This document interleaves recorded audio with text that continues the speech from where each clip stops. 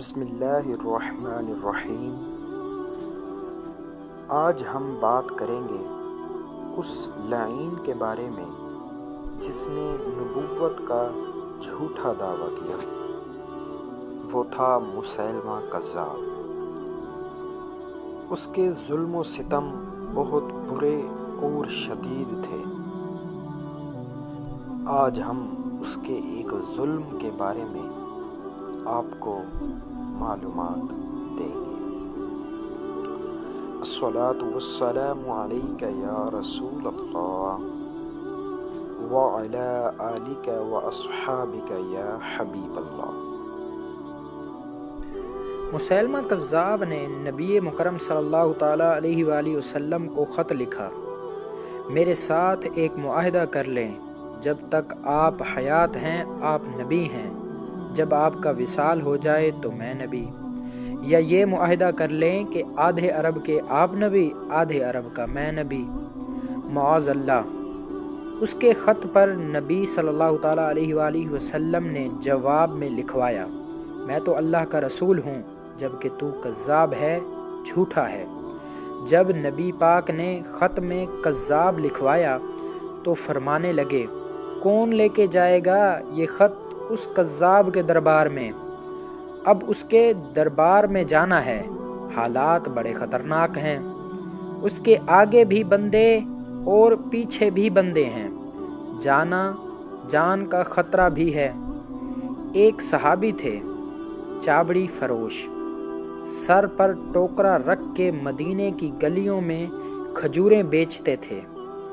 11-12 بچوں کے باپ تھے، جسمانی طور پر بھی کمزور تھے، کھجور کھا رہے تھے۔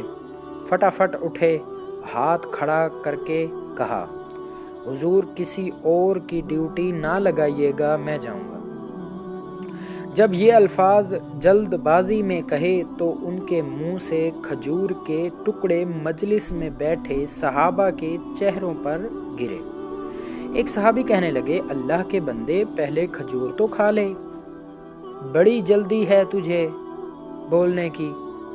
مسکرا کے کہنے لگے، اگر کھاتے کھاتے ڈیوٹی کسی اور کی لگ گئی تو کیا کروں گا؟ مجھے جلدی ہے۔ حضور صلی اللہ تعالیٰ علیہ وآلہ وسلم نے اپنا نیزہ دیا، گھوڑا دیا اور فرمایا، ذرا ڈٹ کے جانا اس کذاب کے گھر۔ وہ صحابی عقیدت سے جھکے کہنے لگے، محبوب خدا آپ فکر نہ کریں۔ صحابہ کہتے ہیں، وہ اس طرح نکلا جیسے کوئی جرنیل نکلتا ہے، اس کا انداز ہی بدل گیا، اس کے طور طریقے بدل گئے، وہ یوں نکلے جیسے کوئی بڑا دلیر آدمی جاتا ہے۔ وہ صحابی مسیلمہ کذاب کے دربار میں پہنچے۔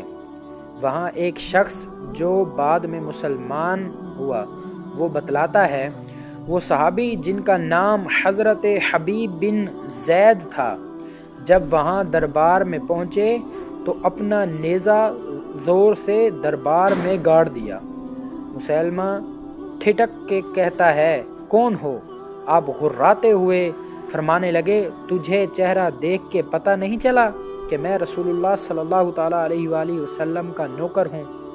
ہمارے تو چہرے بتاتے ہیں کہ نبی پاک صلی اللہ تعالیٰ علیہ وآلہ وسلم والے ہیں، تجھے پتہ نہیں چلا میں کون ہوں؟ مسیلمہ کہنے لگا، کیسے آئے ہو؟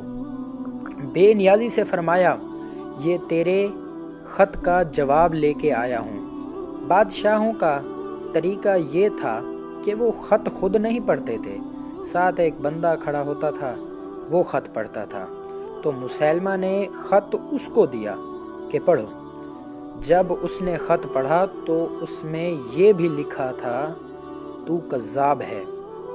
یہ جملہ وہاں موجود سب نے سن لیا، اکیلے میں ہوتا تو بات اور تھی۔ آگ بگولا ہو گیا، آنکھیں سرخ ہو گئیں۔ سامنے حضرت حبیب بن زید تنے کھڑے تھے، غصے سے تلوار لے کے اٹھا اور کہنے لگا، تیرے نبی نے مجھے کذاب کہا ہے، تیرا کیا خیال ہے؟ حبیب بن زید مسکرا کے فرمانے لگے، خیال والی بات ہی کوئی نہیں ہے، جسے میرا نبی کذاب کہے وہ ہوتا ہی کذاب ہے۔ تو 7 سمندروں کا پانی بھی بہا دے تو بھی تیرا جھوٹ نہیں دھل سکتا۔ مسیلمہ غصے کی شدت سے کانپتے ہوئے کہنے لگا، تو پیچھے پلٹ کے دیکھ، سارے میرے سپاہی، میرے پہرے دار، تلواریں، نیزے، خنجر، تیر، سب تیرے پیچھے کھڑے میرے ماننے والے ہیں۔ حضرت حبیب بن زید فرمانے لگے، میرے 12 بچے ہیں، ان میں سے کچھ ایسے ہیں جو دودھ پیتے ہیں، کچھ ایسے ہیں جنہوں نے ابھی چلنا نہیں سیکھا۔ میں جب رسول اللہ صلی اللہ تعالیٰ علیہ وآلہ وسلم کا پیغام لے کے نکلا تھا تو میں نے پلٹ کے بچے نہیں دیکھے، تیرے پہرے دار کیسے دیکھ لوں گا؟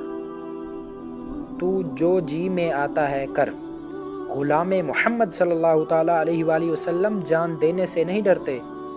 مسیلمہ نے زور سے تلوار ماری، بازو کٹ کے گر گیا، کہنے لگا، اب بول تیرا کیا خیال ہے؟ آپ فرمانے لگے، تو بڑا بے وقوف ہے، ہمیں آزماتا ہے، ہمیں تو بدر سے لے کر احد تک سب آزما چکے ہیں، تو ابھی بھی خیال پوچھتا ہے؟ میرا خیال وہی ہے جو میرے نبی نے فرمایا۔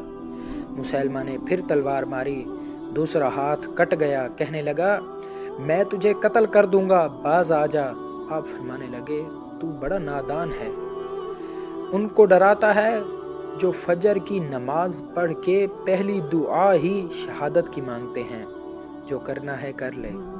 مسیلمہ کذاب نے تلوار گردن پر رکھی، کہنے لگا، میں تیری گردن کاٹ دوں گا۔ حبیب بن زید فرمانے لگے، کاٹتا کیوں نہیں؟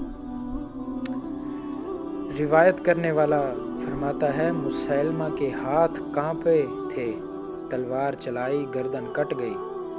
ادھر مدینے میں حضور صلی اللہ تعالیٰ علیہ وآلہ وسلم کی آنکھوں میں آنسو آئے۔ صحابہ کرام نے پوچھا، یا رسول اللہ کیا ہوا؟ فرمایا، میرا حبیب شہید ہو گیا ہے اور رب کریم نے اس کے لیے جنت کے سارے دروازے کھول دیے ہیں۔ سبحان اللہ۔ یہ تھے میرے نبی صلی اللہ تعالیٰ علیہ وآلہ وسلم کے صحابہ۔